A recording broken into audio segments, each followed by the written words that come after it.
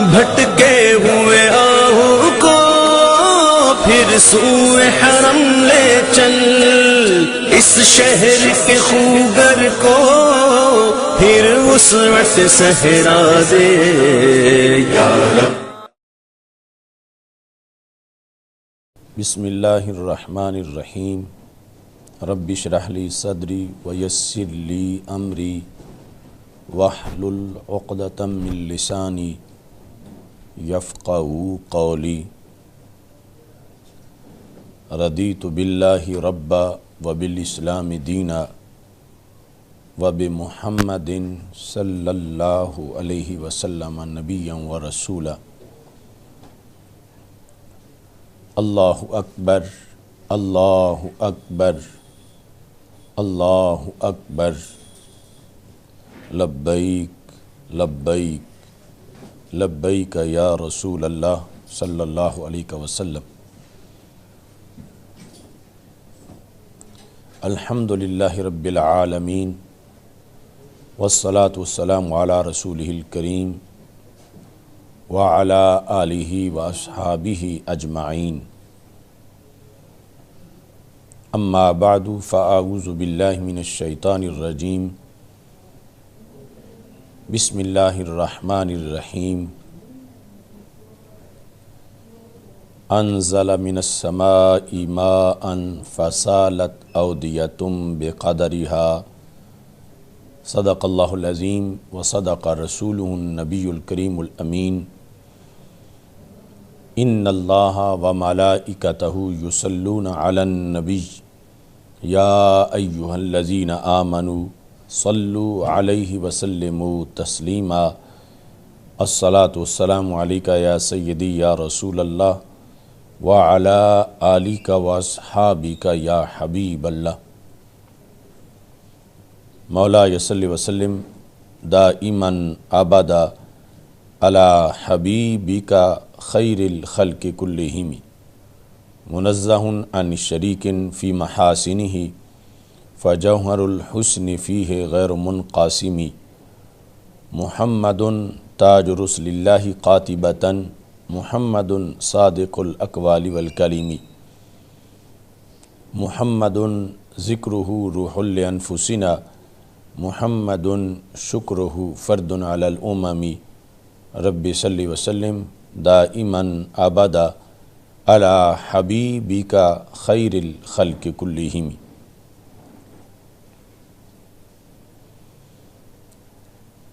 اللہ تبارک و تعالی جل جلالہ وعم نوالہ واتم برہانہ وعظم شانہ وجل ذکرہ وعز اسمہ کی حمد و ثنا، اور حضور سرور کائنات مفخر موجودات زینت بزم کائنات دستگیر جہاں غم گسار زماں سید سروراں حامی بے کساں قائد المرسلین خاتم النبیین احمد مجتبیٰ جناب محمد مصطفیٰ صلی اللہ علیہ وآلہ واصحابہ وبارک وسلم کے دربار گوہر بار میں ہدیہ درود و سلام عرض کرنے کے بعد، رب ذوالجلال کے فضل اور توفیق سے اقامت دین ہفتہ وار پروگرام کی 19ویں نشست میں یعنی 19ویں پروگرام میں آج ہم موجود ہیں، اور مخدوم امم سید حجویر حضرت سیدنا داتا گنج بخش حجویری قدس سر العزیز کے عرس سراپا قدس کی نسبت سے آج اقامت دین پروگرام میں ہماری گفتگو کا موضوع ہے تعلیمات گنج بخش رحمہ اللہ تعالی۔ میری دعا ہے کہ خالق کائنات جل جلالہ ہم سب کو قرآن و سنت کا فہم عطا فرمائے، اور قرآن و سنت کے ابلاغ و تبلیغ اور اس پر عمل کرنے کی توفیق عطا فرمائے۔ ناظرین، حضرت سیدنا داتا گنج بخش حجویری قدس سر العزیز بر صغیر کی اسلامی تاریخ کا ایک روشن باب ہیں۔ آپ رب ذوالجلال کا بر صغیر کے لیے وہ تحفہ ہیں کہ جن کی وجہ سے بر صغیر کو اسلام کی روشنی میسر آئی،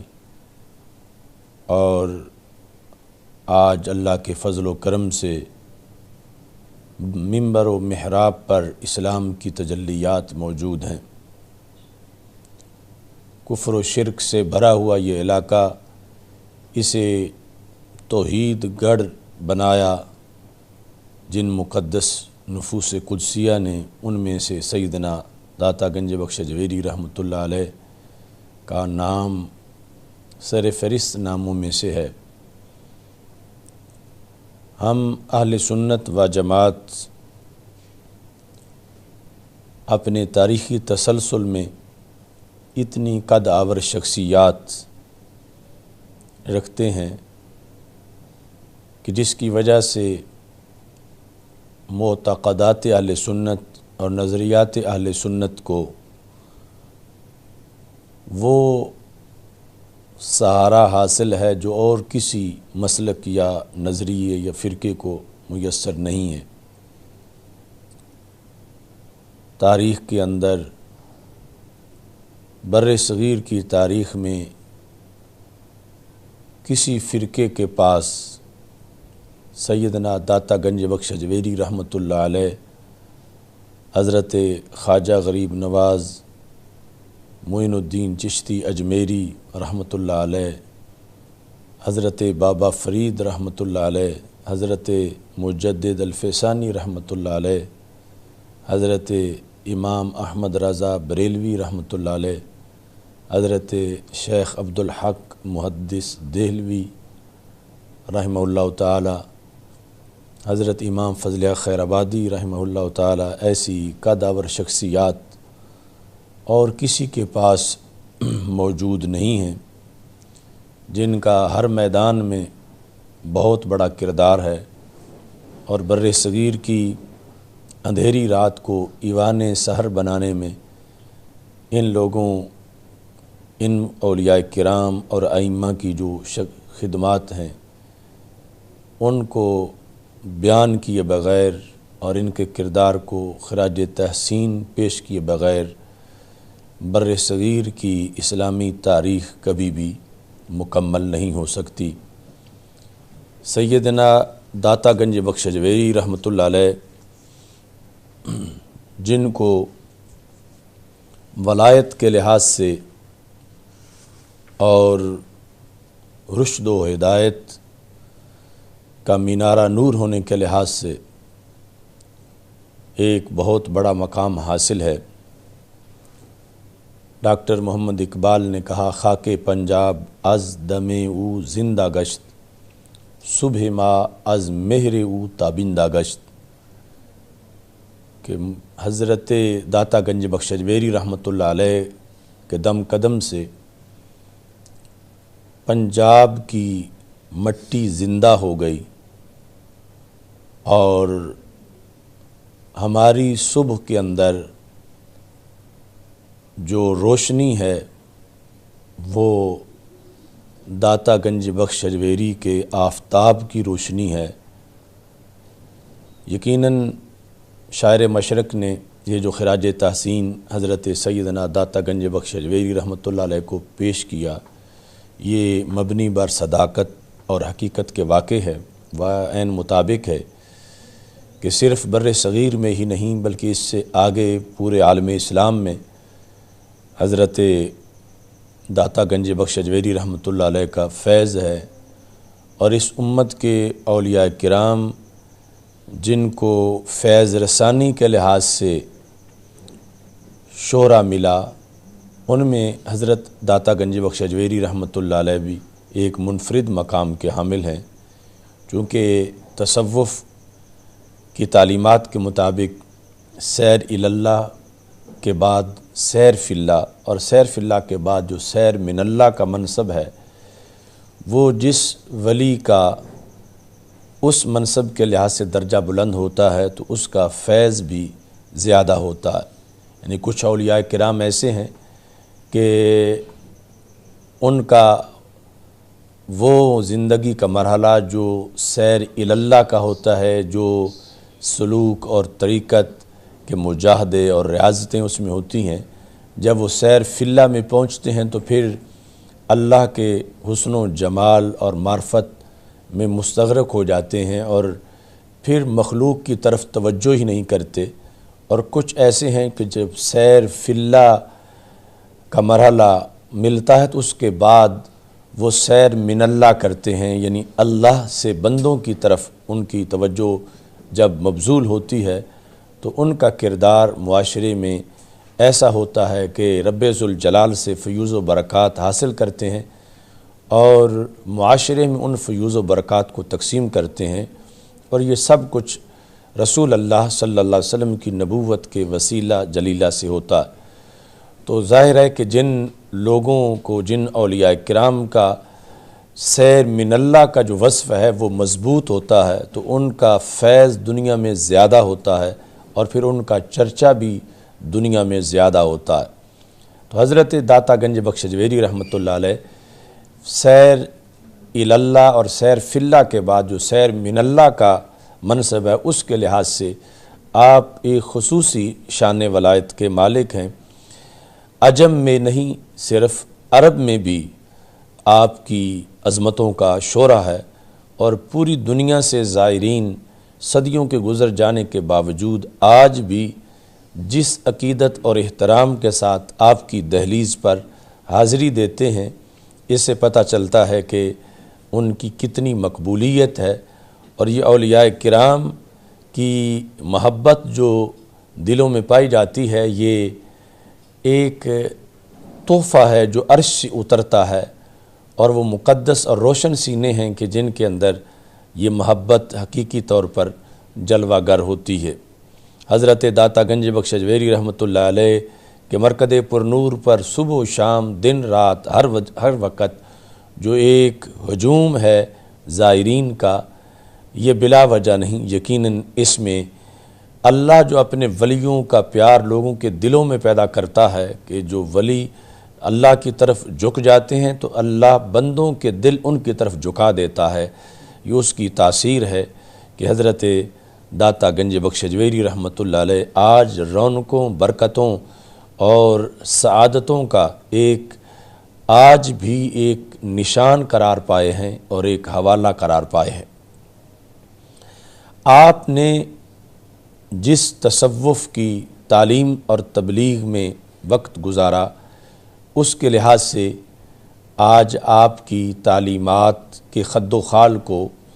اجاگر کرنا اور نسل نو کے سامنے پیش کرنا ضروری ہے، چونکہ ایک طبقہ جو کہ روافض کی بے رہ روی کا شکار ہوتا ہے اور پھر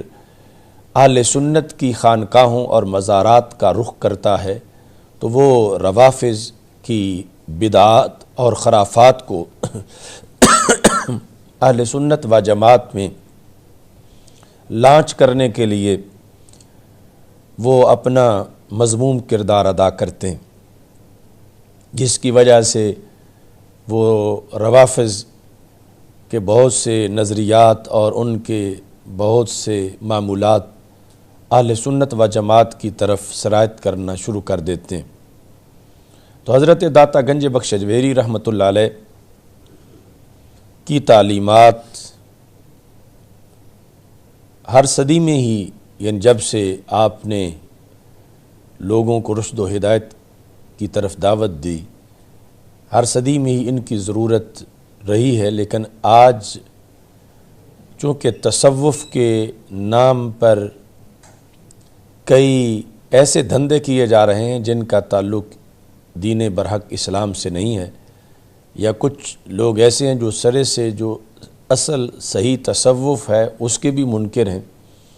تو حضرت داتا گنج بخش اجویری رحمۃ اللہ علیہ کی تعلیمات اس لحاظ سے ہمارے لیے از حد ضروری ہیں۔ تو آپ کی تعلیمات میں ظاہر ہے کہ لفظ تعلیم بنا ہی علم سے ہے، تو وہ لوگ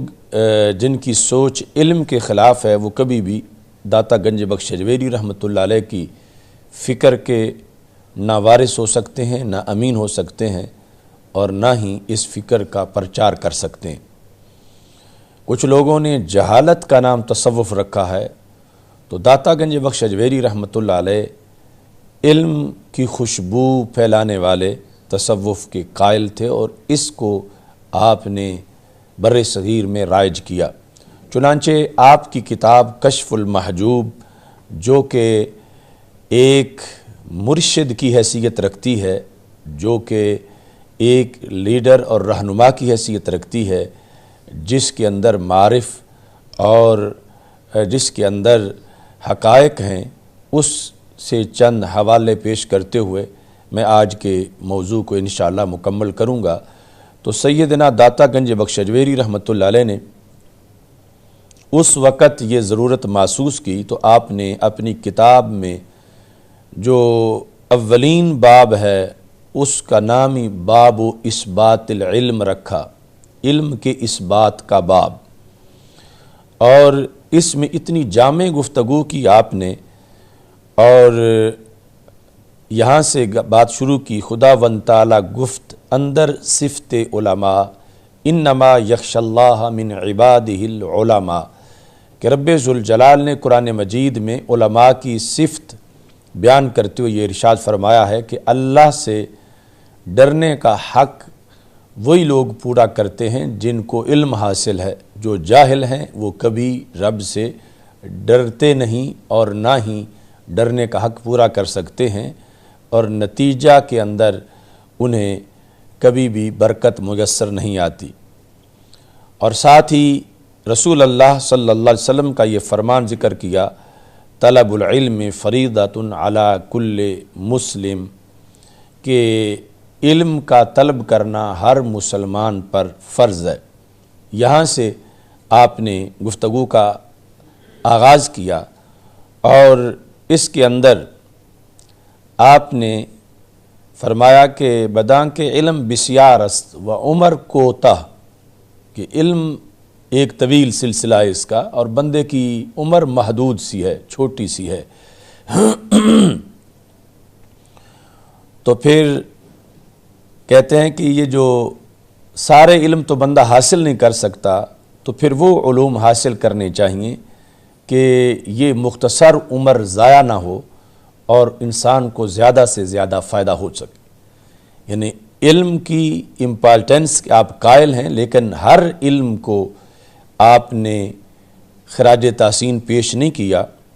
بلکہ کہا کہ کچھ علم ایسے ہیں کہ جن کی مذمت کی گئی ہے۔ تو اس میں بھی آپ نے قرآن مجید کی آیت پیش کی، کہتے ہیں کہ رب ذوالجلال فرماتا ہے وَيَتَعَلَّمُونَ مَا يَضُرُّهُمْ وَلَا يَنْفَعُهُمْ۔ کچھ لوگوں کے علم کی مذمت کرتے ہوئے رب ذوالجلال نے فرمایا کہ وہ پڑھتے ہیں جو نقصان دیتا ہے، فائدہ نہیں دیتا۔ یتعلمون، اب یتعلمون میں بات تو تعلم کی ہے کہ وہ علم حاصل کرتے ہیں، لیکن مضموم کیوں ہے کہ ما یضرہم، یہ مفعول بھی ہے کہ وہ پڑھتے ہیں جو نقصان دیتا ہے، ولا ینفعہم، اور ان کو فائدہ نہیں دیتا۔ تو اگرچہ یہاں علم کا تعلم پایا گیا ہے، لیکن یہ کہا کہ یہ کام محمود نہیں، مذموم ہے، چونکہ وہ لوگ جن کی یہاں مذمت کی جا رہی ہے کہ وہ پڑھتے ہیں جو فائدہ نہیں دیتا بلکہ نقصان دیتا ہے۔ تو اس سے آپ نے واضح کیا کہ میں ہر علم کی دعوت نہیں دے رہا، بلکہ علم نافع جو شریعت کے لحاظ سے ہے میں اس کی دعوت دے رہا ہوں۔ اور ساتھ ہی یعنی اتنا گہرا مطالعہ ہے آپ کا کہ ایک طرف آیت پیش کرتے ہیں اور ساتھ ہی فوراً حدیث شریف۔ آپ نے حدیث شریف سے بھی اس بات کو واضح کیا کہ ہر علم جو ہے وہ محمود نہیں، خاص علم جو ہے اس کی حوصلہ افزائی کی گئی ہے، کیونکہ کہتے ہیں کہ رسول اللہ صلی اللہ علیہ وسلم دعا کرتے ہوئے یہ فرما کرتے تھے اللہم انی اعوذ بک من علم لا ینفع، کہ اے اللہ میں تیری پناہ مانگتا ہوں ایسے علم سے جو فائدہ نہیں پہنچاتا، تو اس سے بھی پتہ چلا کہ علم کی دو قسمیں ہیں، ایک وہ علم جو فائدہ پہنچاتا ہے، اور دوسرا وہ علم جو فائدہ نہیں پہنچاتا۔ تو نبی اکرم نور مجسم شفیع معظم صلی اللہ علیہ وسلم نے یہ دعا مانگ کے اپنی امت کو متوجہ کیا کہ اپنی زندگی کے کسی ایسے علم میں خرچ نہ کریں کہ جو کہ نافع نہیں ہے، بلکہ علم نافع کے لحاظ سے نبی اکرم صلی اللہ علیہ وسلم نے اپنی امت کی حوصلہ افزائی فرمائی۔ اس کے بعد آپ نے اس چیز کو واضح کیا کہ شریعت کے اندر علم کی ویلیو تب ہے جب علم کے ساتھ عمل بھی ہو۔ کہتے ہیں کہ علم مقرون عمل باشد، باید کہ علم مقرون عمل باشد، کہ علم جو ہے وہ عمل سے ملا ہوا ہو۔ کہ رسول اللہ صلی اللہ علیہ وسلم گفت المتعبد بلا فقہ کالحمار فی الطاحونہ، کہ وہ بندہ جو عبادت کرتا ہے مگر اس کو عبادت کے مسائل نہیں آتے، کہ نماز کے مثلا مسائل کا پتہ نہیں ہے، تو اس کا رکوع سجدہ قیام جو وہ شریعت کے مطابق جانتا نہیں کہ میں نے کیسے نماز پڑھنی ہے، فرمایا یہ اس گدھے کی طرح ہے کہ جس کو کسی چکی پر یا بیلنے پر جوت دیا گیا ہو اور وہ مسلسل چکر لگاتا رہے، تو اس کی ساری جو کاروائی ہوگی وہ اس سے اس کو تعبیر کیا جائے گا، چونکہ اسے پتہ نہیں کہ شریعت میں عبادت کیسے کی جاتی ہے۔ اچھا جی، اور دوسری طرف جو علم رکھے اور اس کے مطابق عمل نہ کرے تو پھر اس کے علم کا ہی شریعت میں انکار کر دیا گیا ہے، اسے جاہل قرار دیا گیا ہے۔ اس سلسلہ میں آپ نے فرمایا از عوام دیدم گروہ کے علم را بر عمل فضل نہادن، کہ میں نے عوام کو دیکھا کہ عوام میں کچھ لوگ علم کی عمل پر فضیلت بیان کرتے ہیں، و گروہ عمل را بر علم، اور کچھ لوگ ایسے ہیں جو عمل کی علم پر فضیلت بیان کرتے ہیں، یعنی کچھ عمل علم کو ترجیح دیتے ہیں عمل پر اور کچھ عمل کو ترجیح دیتے ہیں علم پر۔ داتا صاحب فیصلہ کرتے ہیں، کہتے ہیں این ہر دو باطل است، یہ دونوں طبقے ہی باطل ہیں، یعنی اگر علم کو ڈی گریڈ کریں تو یہ بھی صحیح نہیں، عمل کو ڈی گریڈ کریں تو یہ بھی صحیح نہیں، یہ دونوں این ہر دو باطل است، ازاں کے عمل بے علم خود عمل نباشد، کہ علم کے بغیر عمل بنتا ہی نہیں ہے، کہ عمل آنگا عمل گردد کے موصول علم بود، اس وقت عمل کو عمل کہا جائے گا جب وہ علم سے ملا ہوا ہوگا، چونکہ اگر علم کے بغیر عمل ہوگا تو اس کو شرعی عمل نہیں کہا جائے گا، اور اس پر پھر اس کو ثواب نہیں ملے گا۔ تو آپ نے کہا کہ دونوں یہ سوچیں کہ کوئی علم کو عمل پر ترجیح دے کر علم کی شان تو بیان کرے اور عمل کے لحاظ سے اہمیت واضح نہ کرے، یا عمل کی شان بیان کرے اور علم جو ہے اس کو پس پش ڈالے، یہ دونوں سوچیں اس لیے باطل ہیں۔ آپ نے ایک مثال دے کر اس کی وضاحت کی، چون نماز کے تا نخست علم ارکان طہارت نبود و علم شناخت نے آپ و علم معرفت قبلہ و علم کیفیت نیت و ارکان نماز نہ بود۔ آپ فرماتے ہیں مثال کے طور پر عمل میں ایک بڑا عمل صالح نماز ہے، تو اب نماز اگر کوئی شخص علم کے بغیر پڑھتا ہے تو وہ نماز ہی نہیں ہوگی، کیوں کہ نخست علم ارکان طہارت، اس کو سب سے پہلے تو وضو کا طریقہ آنا چاہیے، غسل کا پتہ ہونا چاہیے، ارکان طہارت کا اسے پتہ ہونا چاہیے، اور یہ پتہ ہونا علم ہے، اور ساتھ ہی اس کو پتہ ہونا چاہیے کہ کس پانی سے وضو ہو سکتا ہے کس سے نہیں ہو سکتا، اور اسے پتہ ہونا چاہیے کہ نماز پڑھتے وقت منہ قبلے کی طرف کرنا ہے اور قبلہ کس طرف ہے، اسے علم ہونا چاہیے کہ نیت کی کیفیت کیا ہے،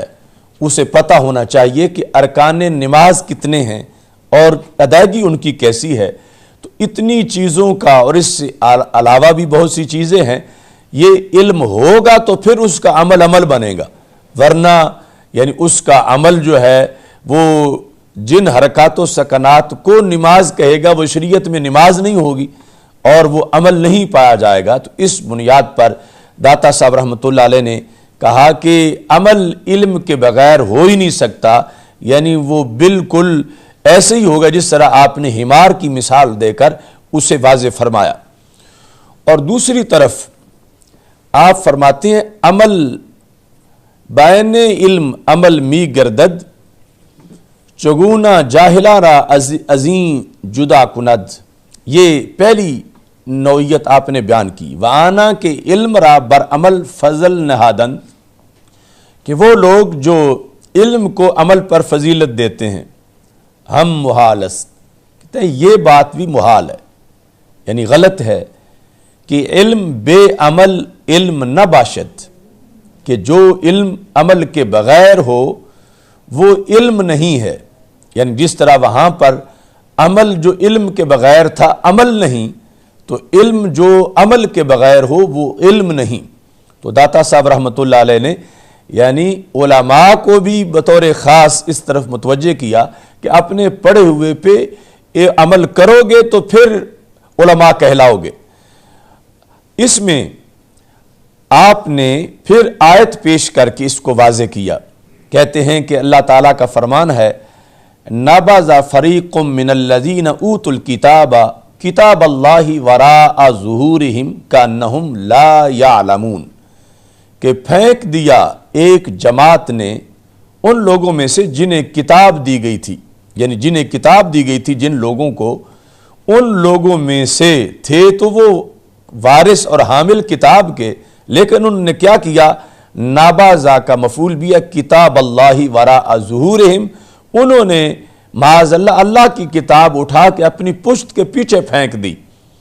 ان پشت کے پیچھے پھینکنے کا مطلب یہ ہے کہ اس پہ عمل نہیں کیا، حالانکہ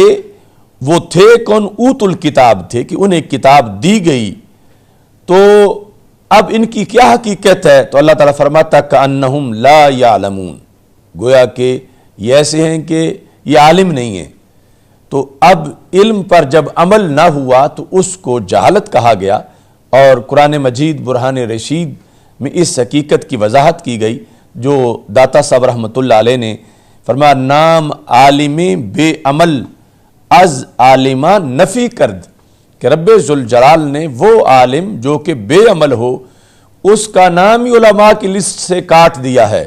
کہ وہ عالم ہی نہیں ہے۔ اب اتنی عبارت جو میں نے آپ کے سامنے اصل متن فارسی میں جو لکھا سیدنا داتا گنج بخش اجویری رحمۃ اللہ علیہ نے، اور اس کی میں آپ کے سامنے جو ٹرانسلیشن پیش کر رہا ہوں، اس میں دیکھیں کہ کتنی آیات اور کتنی احادیث کے ذریعے سے داتا صاحب رحمۃ اللہ علیہ نے اپنا موقف ثابت کیا ہے، اور ان کے یعنی کتنی صحت مند سوچ ہے اور کتنی نافع سوچ ہے امت کے لیے کہ علم اور عمل دونوں کو مکس کیا ہے اور دونوں کی حوصلہ افزائی کے لحاظ سے اپنا کردار ادا کیا ہے۔ اور یہاں اب آپ سوچیں کہ جو آج کچھ ملنگوں اور نہنجار لوگوں کی سوچ ہے کہ جو داتا صاحب کے نام کی آڑ میں بے حیائی کریں، عرس کے موقع پر اور عریانی اور فحاشی کے دھندے کریں، یا اس کے علاوہ یعنی آگ جلائیں اور اس طرح کی بدعات کریں اور بدعملی کی طرف لوگوں کو لے جائیں، وہ ہرگز داتا صاحب رحمۃ اللہ علیہ کے مشن کے نقیب یا وارث نہیں ہو سکتے۔ دور تک ان کا کوئی تعلق نہیں ہے داتا صاحب رحمۃ اللہ علیہ کی تحریک کے ساتھ، کیونکہ آپ نے اتنی جامع دعوت دی ہے لوگوں کو، اور علم اور عمل دونوں کے لحاظ سے آپ نے نسل نو کو اور ہر زمانے کے لوگوں کو متوجہ کیا۔ اس سلسلہ میں آپ ارشاد فرماتے ہیں کہ علم کے ساتھ جو عمل ہے اس میں پھر آپ نے ایک نہایت اہم پیغام حضرت حاتم اصم کے حوالے سے دیا. یعنی آپ یہ بتانا چاہتے ہیں کہ علم تھوڑا سا بھی کتنا عمل چاہتا ہے اور تھوڑے سے علم سے بھی کتنی انسان کی بہتری ہو سکتی ہے. تو آپ فرماتے ہیں حاتم اصم گفت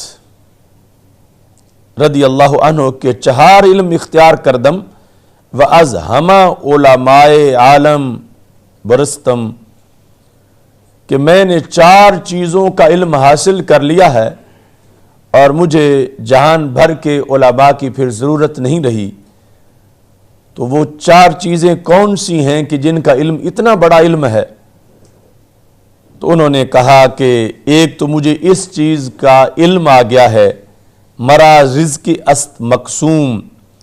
کہ زیادت و کم نہ شود، کہ مجھے یہ معلوم ہو گیا ہے کہ میرا رزق معین ہے، جو اللہ تعالیٰ نے میرا رزق لکھا ہے، نہ وہ زائد ہو سکتا ہے نہ وہ کم ہو سکتا ہے. اس چیز کو میں نے پڑھ لیا ہے. تو اب میری ساری تشویش ختم ہو گئی ہے اور میرے سارے اندیشے ختم ہو گئے ہیں. از طلب زیادت بر آسودم، تو میں محنت ضرور کرتا ہوں لیکن کوئی ایسی میرے اندر ہلچل مچی ہو اور ٹینشن ہو کہ میں مزید اضافے کے لیے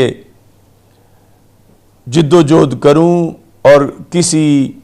غیر شرعی ذریعے کی طرف دیکھوں یا اپنی عبادت کے ٹائم بھی اس میں لگانے کا سوچوں. ان ساری چیزوں سے میں بری ہو چکا ہوں، مجھے آرام آ گیا ہے، اس واسطے کہ میں نے حقیقت سے یعنی یہ جان لیا ہے کہ جب رزق میں کمی یا زیادتی نہیں ہوگی، جو رب نے لکھا ہے وہ میرا مکمل مجھے ملے گا. تو لہٰذا میری بہت سی تشویش جو ہے وہ ختم ہو گئی ہے اور میں بالکل آزاد ہو گیا ہوں. اب اس سے مراد یہ جملہ پڑھنا نہیں ہے، اس علم کہ اس کا مجھے علم آ گیا ہے، مطلب یہ کہ اس کو اپنے من میں اتارنا ہے اور اس کے مطابق پھر اپنے آپ کو عملاً ڈھالنا ہے. چونکہ اصل میں یہ حدیث رسول صلی اللہ علیہ وسلم کا ایک خلاصہ ہے کہ ہمارے آقا صلی اللہ علیہ وسلم نے فرمایا ان نفسا لن تموت حتی تستکمل رزقہا من اللہ، کہ بے شک کوئی ذی روح اس وقت تک فوت نہیں ہوگا جب تک کہ وہ اللہ تعالیٰ کی طرف سے اپنے رزق کو پورا وصول نہ کر لے. یعنی کوئی بندہ مار ہی نہیں سکتا اپنے رزق کے مکمل کھانے سے پہلے اور اس کو حاصل کرنے سے پہلے. تو فرمایا ہمارے آقا صلی اللہ علیہ وسلم نے فلا یحملنکم استبطاء الرزق ان تطلبوہ بمعصیۃ اللہ، جب یہ حقیقت ہے کہ تم نے اپنا حصہ لے کے دنیا سے جانا ہے تو پھر رزق کی جب رفتار آہستہ ہو جائے تو یہ تمہیں اس طرف برانگیختہ نہ کرے کہ تم کوئی گناہ کر کے رزق حاصل کرنا چاہو. یعنی جو تمہارا ہے وہ تمہیں ملے گا، تم اس سے پہلے فوت ہی نہیں ہو سکتے. ہاں یہ ہو سکتا ہے کہ کبھی اس کی رفتار تیز ہو کبھی آہستہ ہو، تو جب آہستہ ہوگی پھر بھی پورا ہوگا تو پھر روح نکلے گی. تو اس واسطے تم کسی دوسری جانب نہ دیکھو کہ اپنی اس آہستہ رزق کی جو مقدار ہے اسے پورا کرنے کے لیے کچھ تم حرام کی طرف دیکھو، چونکہ رب ضرور دے گا اور پھر تمہاری روح نکلے گی. تو اس بنیاد پر حاتم اصم نے کہا ایک تو میں نے یہ علم حاصل کر لیا تو اس سے مجھے ایسا چین پہنچا کہ جس آسودگی کو میں ہر وقت محسوس کرتا ہوں. دوسرے نمبر پر دیگر آنکھ دانستم کہ خدائے را بر من حق است، کہ جز من کس دیگر نمی تواند گزارد. کہتے ہیں کہ دوسرا اس شے کا علم جب مجھے آیا ہے کہ رب کا مجھ پر حق ہے اور وہ حق میرے سوا کوئی دوسرا بندہ ادا نہیں کر سکتا، وہ میں نہیں کرنا ہے. اس حق کی ادائیگی کے لیے میں نوکر نہیں رکھ سکتا، میں ملازم نہیں رکھ سکتا، وہ رب کا حق جو مجھ پر ہے وہ میں نے ہی ادا کرنا ہے۔ تو اس سے اب عبادت میں سستی اور غفلت نہیں ہوتی کہ اللہ کا حق ہے اور وہ میرے سوا جو میرا حق ہے اور کسی نے ادا نہیں کرنا، وہ میں نے ہی ادا کرنا ہے۔ تو اس سے عبادت کے اندر مجھے بڑی توانائی ملی ہے اور میں بہت سے مسائل سے مجھے رہائی مل گئی ہے کہ میں کسی پر تکیہ کر کے اور کسی پر بھروسہ کر کے میدان اطاعت کے اندر میں پیچھے نہیں رہتا، چونکہ مجھے پتہ ہے، یعنی یہ علم مجھے اس قدر اس کے اثرات مجھ پہ مرتب ہیں کہ مجھ پر جو اللہ کا حق ہے وہ میں نے ہی ادا کرنا ہے، دوسرا کوئی شخص ادا نہیں کرے گا۔ تیسرے نمبر پر کہتے ہیں دانستم کہ مرا طالب است کہ ازو نتوانم گریخت، میں نے یہ جان لیا ہے کہ میرے پیچھے ایک چیز مجھے پکڑنے کے لیے لگی ہوئی ہے اور وہ ایسی چیز ہے کہ جس سے میں بھاگ کے بچ نہیں سکتا، اس نے مجھے پکڑ ہی لینا ہے۔ تو یہ ہر وقت میں اپنے اوپر بات طاری رکھتا ہوں۔ اس علم کی وجہ سے میرے بہت سے مسائل حل ہو گئے ہیں کہ مجھے پتا ہے کہ میرے پیچھے ایک طالب ہے میرا جو مجھے ہر وقت طلب کر رہا ہے، جو ڈھونڈ رہا ہے۔ کون؟ داتا صاحب نے لکھا یعنی مرگ، کہ موت میرے پیچھے لگی ہوئی ہے اور ہر وقت وہ میرا پیچھا کر رہی ہے، اور ہے یہ ایسی کہ نتوانم گریخت، کہ اس سے میں بھاگ نہیں سکتا کہ کہیں میں جا کے چھپ جاؤں اور موت مجھے نہ پکڑ سکی، اس نے ضرور مجھے پکڑ لینا ہے اور میرے پیچھے لگی ہوئی ہے۔ تو یہ علم جب مجھے آ گیا ہے تو پھر اس سے بھی مجھے باقی مسئلوں سے رہائی مل گئی ہے، یعنی فکر آخرت کی بنیاد پر اور قبر کی تیاری اور موت کو یاد کرنا، اور ہر وقت یہ کھٹکا کہ شاید آج کا دن آخری ہے یا آج کی رات آخری ہے یا یہ گھنٹہ یہ لمحہ آخری ہے۔ تو اس بنیاد پر یہ علم میرے اندر جو پکا ہو گیا ہے تو اس کی بنیاد پر بھی میں نے بہت سے مسائل سے، دشواریوں سے رہائی حاصل کر لی ہے اور میرے لیے بڑی آسانی پیدا ہو گئی ہے۔ چوتھے نمبر پر آنکھ دانستم کے مرا خداوند است مطلع برمن، یہ میں نے پڑھ لیا ہے کہ میرا ایک اللہ ہے جو ہر وقت مجھ پر مطلع ہے، ہر وقت وہ مجھے جانتا ہے کہ میں کہاں ہوں، میں کیا کر رہا ہوں۔ یہ میں نے جان لیا ہے، یہ میں نے پڑھ لیا ہے۔ تو اس بنیاد پر یعنی رب ذوالجلال کے لحاظ سے حضوری کہ خالق کائنات جل جلالہ مجھے دیکھ رہا ہے، میں جب یہ اپنے اوپر اس بات کو طاری رکھتا ہوں تو پھر مجھ سے سستی نہیں ہوتی اور میں کہیں اور متوجہ نہیں ہوتا، میں اللہ تعالیٰ کے احکام کی بجا آوری میں ہر وقت لگا رہتا ہوں، اور جب بھی کوئی گناہ کا وسوسہ آنے لگتا ہے اور شیطان حملہ کرنے لگتا ہے تو میں کہتا ہوں کہ مجھے تو علم ہے، مرا خداوند است مطلع برمن از و شرم داشتن،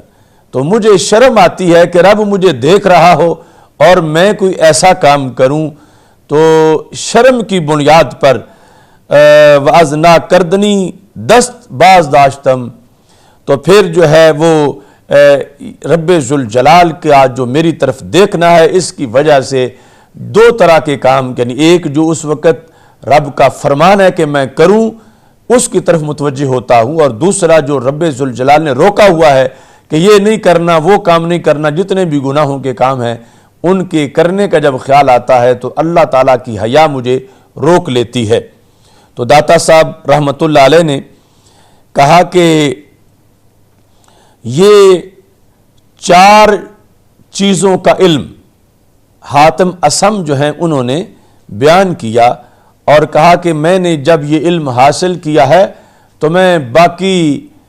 بہت سے علوم سے اور علماء سے مجھے ضرورت ہی نہیں رہی ان کی۔ تو اس سے اب پتہ چلتا ہے کہ داتا صاحب رحمۃ اللہ علیہ یعنی علم کے لحاظ سے جو عمل ہے وہ کس حد تک گہرائی میں سمجھانا چاہتے ہیں۔ اب یہ 4 چیزیں تو 4 جملے ہیں، اور ان کو پڑھنے میں نہ 9 سال لگتے ہیں، نہ 10 سال لگتے ہیں، 9 مہینے بھی نہیں لگتے، 9 ہفتے بھی نہیں لگتے، 9 دن بھی نہیں لگتے، یعنی پڑھنے میں تو یہ 9 منٹ میں 4 منٹ میں پڑھ سکتے ہیں، لیکن اس کے لحاظ سے آگے جو اس کا تقاضا ہے پڑھے ہوئے کا،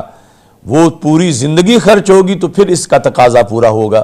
اور پوری زندگی لگے گی تو پھر اس علم کا تقاضا پورا ہوگا۔ تو جب 4 لائنوں کا اتنا بڑا تقاضا ہے تو پورے قرآن کا اور پھر سنت کا اور اتنی جلدوں کی احادیث کا اور دینی کتابوں کا کتنا بڑا تقاضا ہوگا۔ تو اس بنیاد پر داتا گنج بخش اجویری رحمۃ اللہ علیہ یعنی علم کے اندر جو روحانیت ہے اور علم کے اندر جو انسان کی دارین کی بہتری ہے، علم کے ذریعے آپ اس کی طرف انسان کو متوجہ کرتے ہیں۔ اور یہ جو 4 چیزوں میں یعنی چوتھی چیز آپ نے بیان کی کہ میرا اللہ ہے، ایک میرا اللہ ہے جو مجھے دیکھ رہا ہے اور مجھ پر مطلع ہے، اس لحاظ سے آپ نے ایک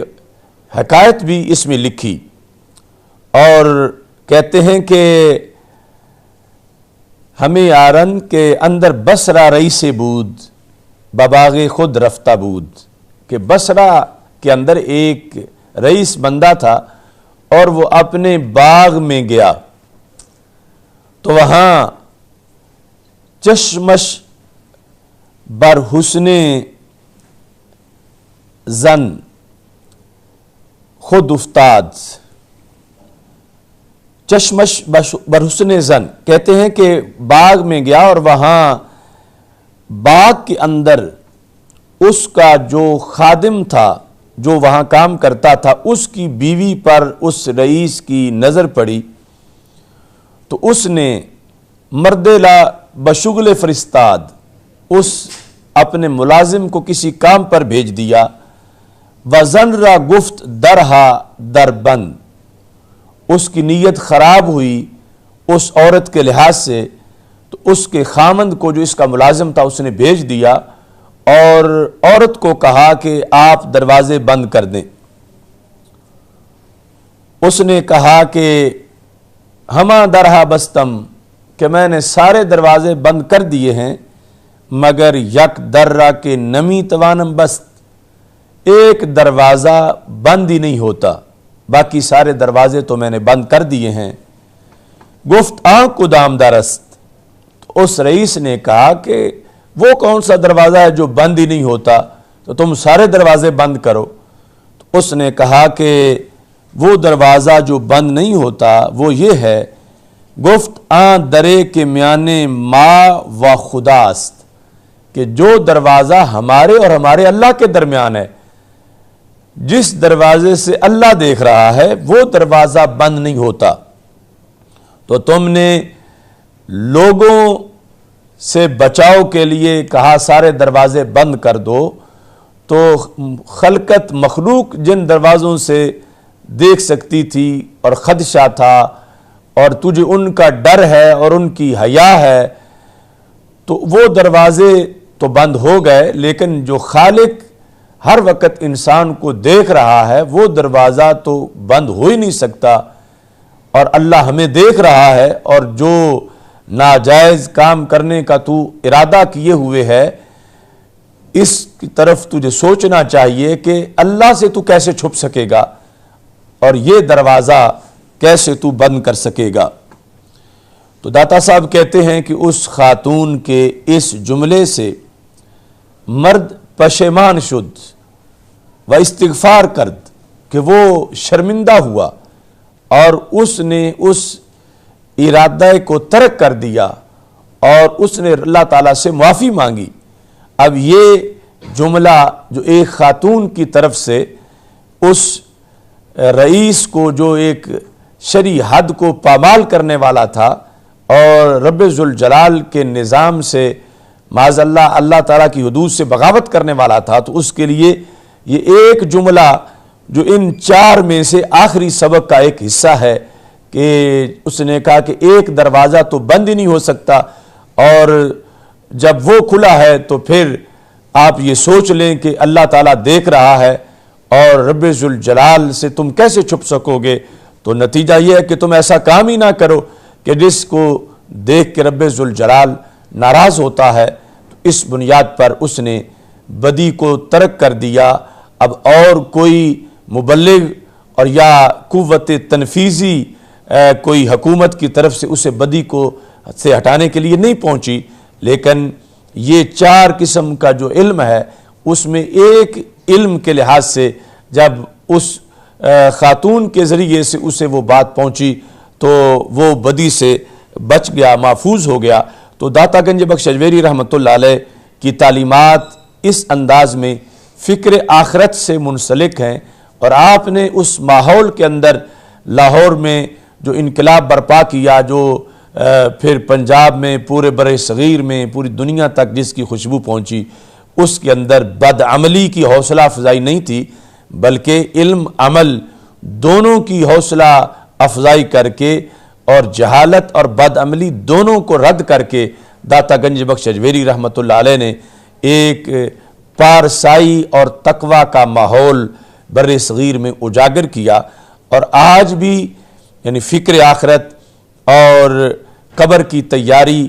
اور اس سے منسلک امور بیان کر کے، خود سوچ کے اور گناہوں سے دور ہونا اور لوگوں کو دور کرنا، یہ داتا گنج بخش اجویری رحمۃ اللہ علیہ کی تعلیمات کا ایک مکمل حصہ ہے۔ آپ نے اپنی تعلیمات میں عقائد و نظریات کو بھی خصوصی طور پر پیش نظر رکھا، وہ روافض ہوں یا خوارج ہوں، ان دونوں کے مقابلے میں سیدنا داتا گنج بخش اجویری رحمۃ اللہ علیہ نے اپنا بھرپور کردار ادا کیا۔ اس لحاظ سے آج اہل سنت و جماعت پاکستان میں اپنے تسلسل کو جب دیکھتے ہیں، اور اہل سنت و جماعت جب یہ گفتگو کرتے ہیں کہ ہم اس سرزمین کے وارث ہیں، تو ہماری دلیلوں میں سے ایک دلیل سیدنا داتا گنج بخش اجویری رحمۃ اللہ علیہ ہے کہ جب ان کا لایا ہوا اسلام معتبر ہے تو ان کا دیا ہوا مسلک بھی معتبر ہے، چونکہ جو اسلام لائے بر صغیر میں وہ جس مسلک کی روشنی میں اور اس کی شکل میں اسلام لائے تو یقیناً یہ پوری تاریخ اسی مسلک کی ہے۔ دوسرے بعد میں آنے والے مختلف ضابطے ہیں، لیکن جو تسلسل سے مدینہ منورہ کی فکر سے منسلک ہے وہ مسلک اہل سنت و جماعت ہے۔ اس بنیاد پر اپنی کشف المحجوب میں سیدنا داتا گنج بخش اجویری رحمۃ اللہ علیہ نے اہل سنت و جماعت کے معتقدات ان لفظوں سے بیان کیے، اہل سنت و جماعت کا تعارف کروایا۔ آج اگر روافض جو اپنے آپ کو شیعہ کہتے ہیں وہ جھنڈے کالے لگا کر یا آگ جلا کر یا کڑے پہن کر یا بھنگیں گھونٹ کر وہ داتا صاحب کے وارث بننا چاہیں اور دوسرے لفظوں میں داتا صاحب کی فکر پر قبضہ کرنا چاہیں تو یہ بہت بڑی دھاندلی ہے، اور یہ اہل سنت کی پھر نالائکی قرار پائے گی کہ وہ داتا گنج بخش کہ جنہوں نے ساری تعلیمات ہی اہل سنت و جماعت کے آئیڈینٹیٹی اور تشخص اور شناخت سے پیش کی اور ساری زندگی اس کے مطابق گزاری، آج ان پر معاذ اللہ ان کے ذمے ایسی چیزیں ڈالی جائیں یا تھوپ دی جائیں ایسی چیزیں ان پر، تو یہ بہت بڑا ظلم ہے۔ آج یعنی روافض گامے شاہ سے نکلیں اور داتا صاحب پہ جا کے وہ رافضیوں والے پنجے اور اس طرح کے کام کرنا شروع کر دیں تو یہ داتا صاحب کی اذیت کا باعث ہے، چونکہ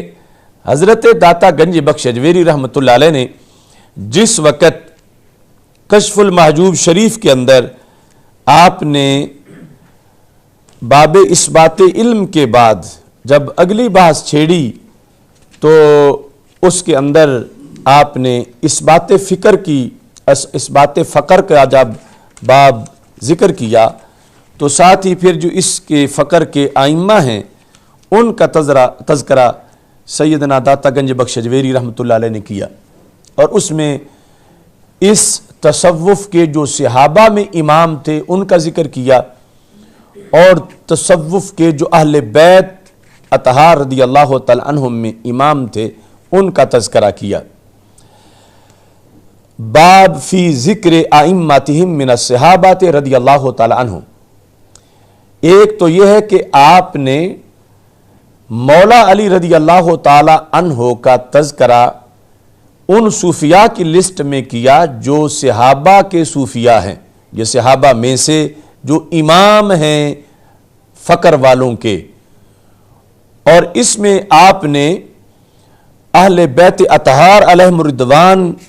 کے جو ائمہ ہیں تصوف کے، ان سے پہلے یہ باب ذکر کیا، یعنی کشف المحجوب فارسی کے اندر باب فی ذکر ائمۃ من الصحابہ رضی اللہ تعالیٰ عنہم، اس کو پہلے ذکر کیا۔ باب فی ذکر ائمۃ من اہل البیت رضی اللہ تعالیٰ عنہم، اس کو دوسرے نمبر پہ ذکر کیا۔ تو صحابہ میں سر فہرست جو اصحاب فقر میں سے جن کا نام آپ نے ذکر کیا وہ حضرت ابوبکر صدیق رضی اللہ تعالیٰ عنہ، یعنی پوری کشف المحجوب کے اندر ولایت معرفت کے لحاظ سے جب تذکرہ شروع کیا صوفیاء امت کا داتا صاحب نے، تو پہلے صوفی کا نام حضرت صدیق اکبر رضی اللہ تعالیٰ عنہ آپ نے ذکر کیا۔ اب آپ سے بڑھ کر تصوف کی کس کو شناخت ہو سکتی ہے، اور پھر کون صاحب تصوف اور کون صاحب فقر ہے؟ تو آپ نے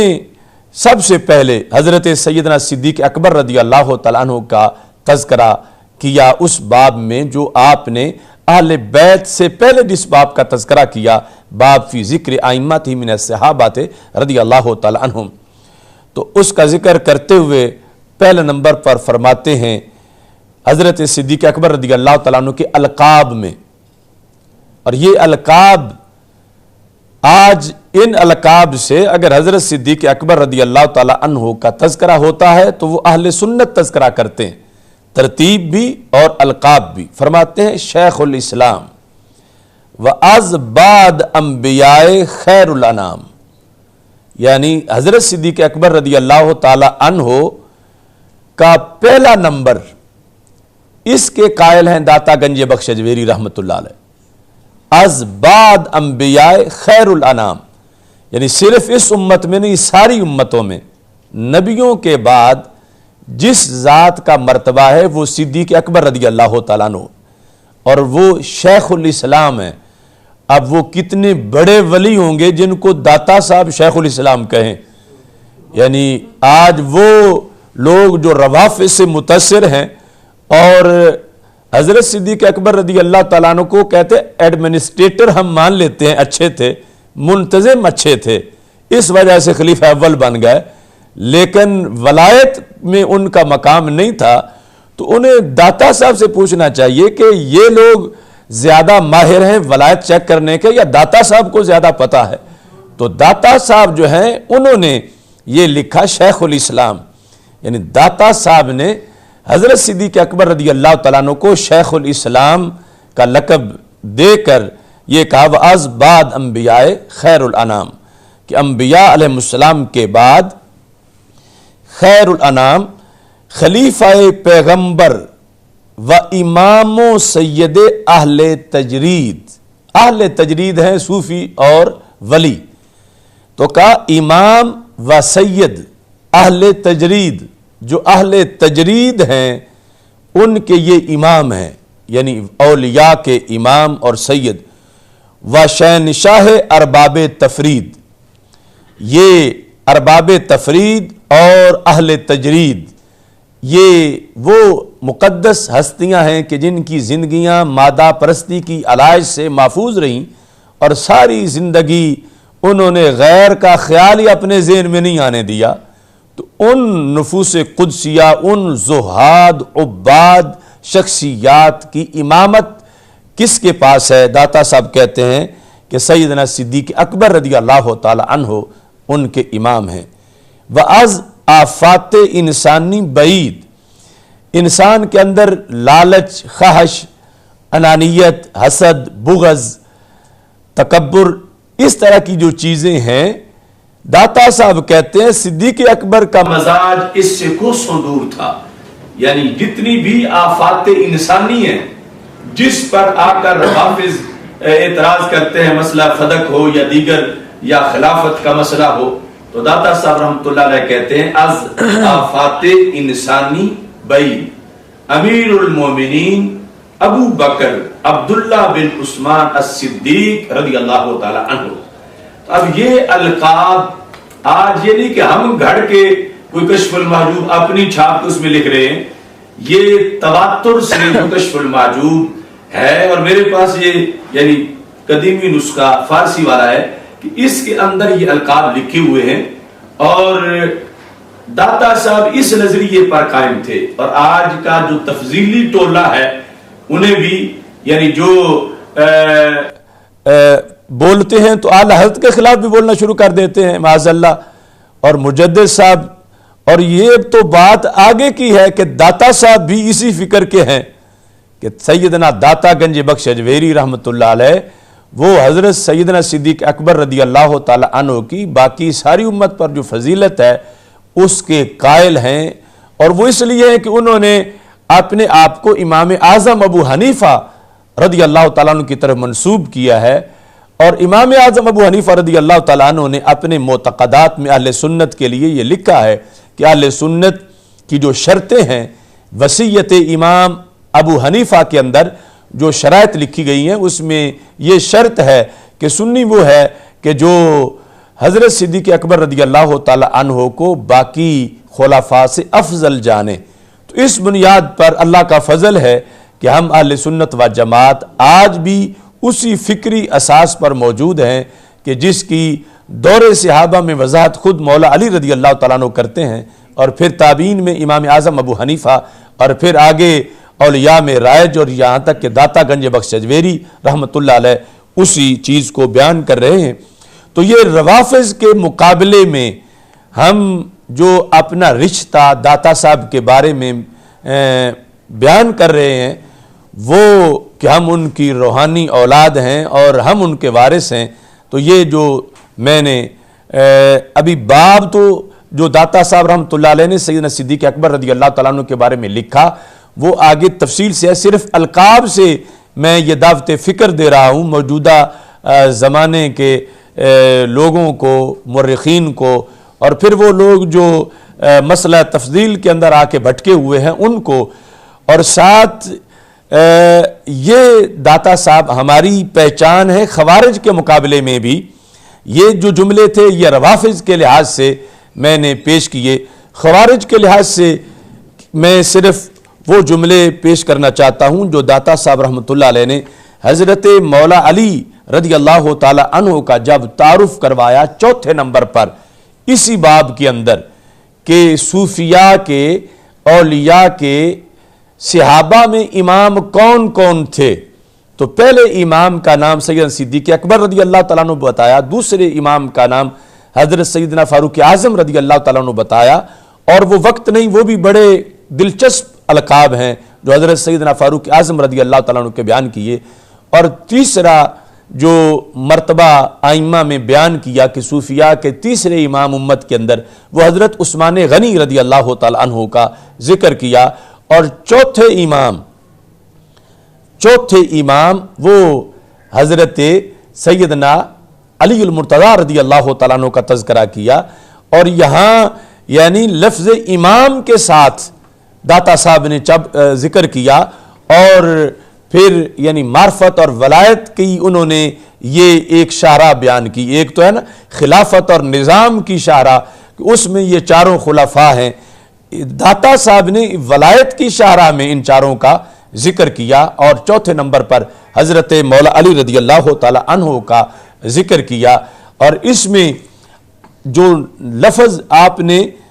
ذکر کیے ظاہر ہے کہ وہ خارجی جو ٹولہ ہے جو شاید سیدنا صدیق اکبر رضی اللہ تعالی عنہ کے القاب کے لحاظ سے تو خوش ہو، لیکن جو مولا علی رضی اللہ تعالی عنہ کے القاب ہیں یہ سننے اور پڑھنے سے پتہ چلے گا کہ اہل سنت و جماعت ہی داتا صاحب کی فکر کے وارث ہیں، اور داتا صاحب رحمۃ اللہ علیہ کس طرح بیلنس کے ساتھ انہوں نے سارے حقائق کو بیان کیا ہے۔ تو داتا صاحب کہتے ہیں منہم، ان صوفیاء صحابہ میں سے، اور جو صحابہ رضی اللہ تعالیٰ عنہ میں اصحاب فقر ہیں، ان میں کون نیز پہلے تینوں کے ساتھ برادر مصطفیٰ، یعنی یہ سر فہرست ذکر کیا لقب حضرت مولا علی رضی اللہ تعالیٰ عنہ کا، جو پہلے تینوں کا ذکر نہیں کیا، برادر مصطفیٰ کہ نبی اکرم صلی اللہ علیہ وسلم کے بھائی، و غریق بحر بلا و حریق نار ولا و مقتدائے جملہ اولیاء۔ تو اس میں یعنی ولایت کے لحاظ سے اور دین کے اسرار و رموز کے لحاظ سے، اور جو ولائے علی رضی اللہ تعالی عنہ کا منصب ہے اس کے لحاظ سے آپ نے تذکرہ کیا، اور مقتدائے جملہ اولیاء و اصفیاء کہ جملہ اولیاء اور اصفیاء کے مقتدا ہیں حضرت علی المرتضیٰ رضی اللہ تعالی عنہ۔ تو آپ نے ناسبیوں اور خارجیوں کے لحاظ سے یہ فرق واضح کیا کہ اہل سنت و جماعت کا یہ طریقہ ہے، اور اہل سنت و جماعت جہاں حضرت صدیق اکبر رضی اللہ تعالیٰ عنہ کو شیخ الاسلام و بعد از انبیاء خیر الانام مانتے ہیں، وہاں حضرت مولا علی رضی اللہ تعالیٰ عنہ کو مقتدائے جملہ اولیاء و اصفیاء بھی تسلیم کرتے ہیں۔ اور نبی اکرم نور مجسم شفیع معظم صلی اللہ علیہ وسلم کے ساتھ جو آپ کا تعلق ہے خصوصی، اس کے لحاظ سے آپ کی شان کے قائل ہیں۔ کہتے ہیں ابو الحسن علی بن ابی طالب کرم اللہ وجہہ اورا اندری طریقت شان عظیم و درجہ رفیع بود، کہ طریقت کے اندر آپ کی شان عظیم اور درجہ اونچا تھا۔ یہ تذکرہ کر کے حضرت داتا گنج بخش اجویری رحمۃ اللہ علیہ نے حضرت مولا علی رضی اللہ تعالی عنہ کا تذکرہ کیا۔ تو معتقدات کے لحاظ سے یہ بات بڑی اہم ہے کہ داتا صاحب رحمۃ اللہ علیہ نے ذکر آئمہ کے اندر جو ترتیب بیان کی اور جو القاب بیان کیے، باقی بعد والا کوئی نہ بھی پڑھے تو اس ترتیب اور القاب کی جو معنویت ہے اس کے لحاظ سے ہی اہل سنت و جماعت کا موقف بڑا واضح ہے۔ اور داتا صاحب رحمۃ اللہ علیہ اہل سنت و جماعت کے معتقدات پر پابند رہے، اس کی تبلیغ کی، اور سنی بن کے رہے، سنی بن کے اہل سنت کے یعنی قائد اور رہنما اور امام کی حیثیت سے آپ نے زندگی بسر کی، اور آگے لوگوں کو اسی طرف متوجہ کیا۔ اس سے بھی پتہ چلتا ہے کہ اہل سنت یہ کوئی فرقہ واریت کی بات نہیں، یعنی داتا صاحب کی عالمگیر دعوت جو تھی وہ اہل سنت ہی کے عنوان سے تھی، اور اہل سنت ہی کے عنوان میں انہوں نے سکھوں کا بھی مقابلہ کیا اور ہندوؤں کا بھی مقابلہ کیا، اور اسلام دشمن جو فرقے تھے ان کا بھی مقابلہ کیا۔ تو میری دعا ہے رب ذوالجلال داتا گنج بخش اجویری رحمۃ اللہ علیہ کے مرکز پرنور پر کروڑوں رحمتیں نازل فرمائے، اور ہمیں ان کا مشن آگے لے کر چلنے کی توفیق عطا فرمائے۔ آپ کو جو داتا گنج بخش اجویری کہا جاتا ہے تو لفظ داتا کے لحاظ سے انشاءاللہ یہ 27 کو جو ہم افکار رضا سیمینار منعقد کر رہے ہیں مرکز صراط مستقیم میں نماز مغرب کے فوراً بعد، یہ جو ہفتے کا دن آ رہا ہے 27 اکتوبر، اس میں انشاءاللہ لفظ داتا کے لحاظ سے بھی وضاحت ہوگی، لفظ خدا کے لحاظ سے بھی وضاحت ہوگی۔ اور جو علماء نجد نے ہمارے عقیدہ توحید سیمینار پر اعتراضات کیے تھے، وہاں الریاض میں رد کرتے ہوئے ہمارے سیمینارز کو جو انہوں نے کوشش کی، تو اس کا بھی انشاءاللہ ہم اس میں جواب دیں گے۔ لفظ داتا اور لفظ خدا کے لحاظ سے انہوں نے جو میرے کلپ چلا کر وہاں مجھے خطاب کر کے جو باتیں کی، انشاءاللہ اس سیمینار کے اندر اس کا بھی ہم رد کریں گے۔ داتا گنج بخش اجویری رحمۃ اللہ علیہ کے عرس کے موقع پر ایک بار پھر ہمارا حکومت وقت سے اور وزارت اوقاف سے یہ مطالبہ ہے کہ داتا صاحب رحمۃ اللہ علیہ کے عرس کے موقع پر ہر قسم کی ناجائز رسوم خرافات پر پابندی لگائی جائے، اور ویسے تو یعنی عرس کے علاوہ بھی ہمیشہ یہ دھیان ہونا چاہیے کہ یہ مزار جو کہ ایک روحانیت کا صدر مقام ہے، تو فرشتوں کے نزول کی جگہ ہے، تو وہاں بھنگ کے گوٹے اور دھویں اور ملنگ اور یہ چیزیں فرشتوں کو بیزار کرنے والی ہیں، چونکہ ہمارے آقا صلی اللہ علیہ وسلم نے فرمایا کہ ان الملائکۃ تتعظی ما یتعظی منہ الانسان، کہ جو چیز انسانوں کو اچھی نہیں لگتی وہ فرشتوں کو بھی اچھی نہیں لگتی۔ یا آپ نے اس وقت فرمایا کہ جس وقت آپ نے بصل اور پیاز کچا کھا کر آنے والوں کو مسجد آنے سے روکا، فرمایا تم یہ کھا کے آؤ گے تو فرشتوں کو تکلیف ہوگی۔ تو اتنی بڑی روحانی جگہ اور اتنی بڑی فرشتوں کی آمد و رفت کی جگہ، تو وہاں خصوصی انتظام ہونا چاہیے صفائی کا، اور اس طرح کی بدبو والا جو ٹولہ ہے اس سے نجات ہونی چاہیے۔ اور عرس کے موقع پر جو وہاں کو رقص و سرور کی محافل کچھ لوگ معاذ اللہ کرتے ہیں، اور عریانی اور فحاشی، یہ ساری چیزیں ہمارے لیے بہت زیادہ نقصان دہ ہیں، اور یہ ہمارے خلاف بہت بڑی سازش ہیں، اور ایسا کرنے والے ہرگز اہل سنت و جماعت سے نہیں ہیں، اور نہ ہی ان کا عرس سے کوئی تعلق ہے، اور نہ ہی مسلک اہل سنت سے ان کا کوئی تعلق ہے۔ تو حکومت ایسے لوگوں کو روکے، اور اس طرح کے ملنگ اور ڈھول ڈمکوں والے کہ جو داتا صاحب کی تعلیمات کے منافی جن کی کاروائیاں ہیں، ان سب وزارت اوقاف کی یہ ذمہ داری ہے کہ وہ ہمہ وقت صفائی کا بھی خصوصی انتظام کرے، اور جو جگہ جگہ وہاں پر کوڑے کے ڈھیر بنے ہوتے ہیں، یہ صفائی یعنی اتنا زیادہ داتا صاحب کی طرف سے ان کو نذرانہ ملتا ہے، اور صفائی کا اس لحاظ سے باہر اہتمام نہیں ہوتا، وہ بھی ہونا چاہیے۔ اور پھر حکومت چند سالوں سے سیکورٹی کے نام پر زائرین کو بڑا تنگ کرتی ہے، اور دور دور تک ناکے لگا دیے جاتے ہیں، اور عمر رسیدہ انسان بھی ہوتے ہیں، بیمار بھی ہوتے ہیں، انہیں کئی کلومیٹر چلنا پڑ جاتا۔ تو اس واسطے یہ ساری چیزیں ایک سازش ہیں دوسرے لحاظ سے کہ حاضری کم ہو اور لوگ کم آئیں اور انہیں تنگ کیا جائے، تو ایسے ناکے نہ لگائے جائیں کہ اتنی دور تک کہ لوگوں کو پھر آمد و رفت کے لحاظ سے مسائل کا سامنا ہو۔ رب ذوالجلال سیدنا داتا گنج بخش جویری رحمۃ اللہ علیہ کے مرقد پرنور پر کروڑوں رحمتیں نازل فرمائے، اور جتنے زائرین پوری دنیا سے عرس شریف کی نشستوں میں پہنچ رہے ہیں حاضری دینے کے لیے، رب ذوالجلال سب کی جھولیوں کو معمور فرمائے۔ وآخر دعوایا ان الحمد للہ رب العالمین۔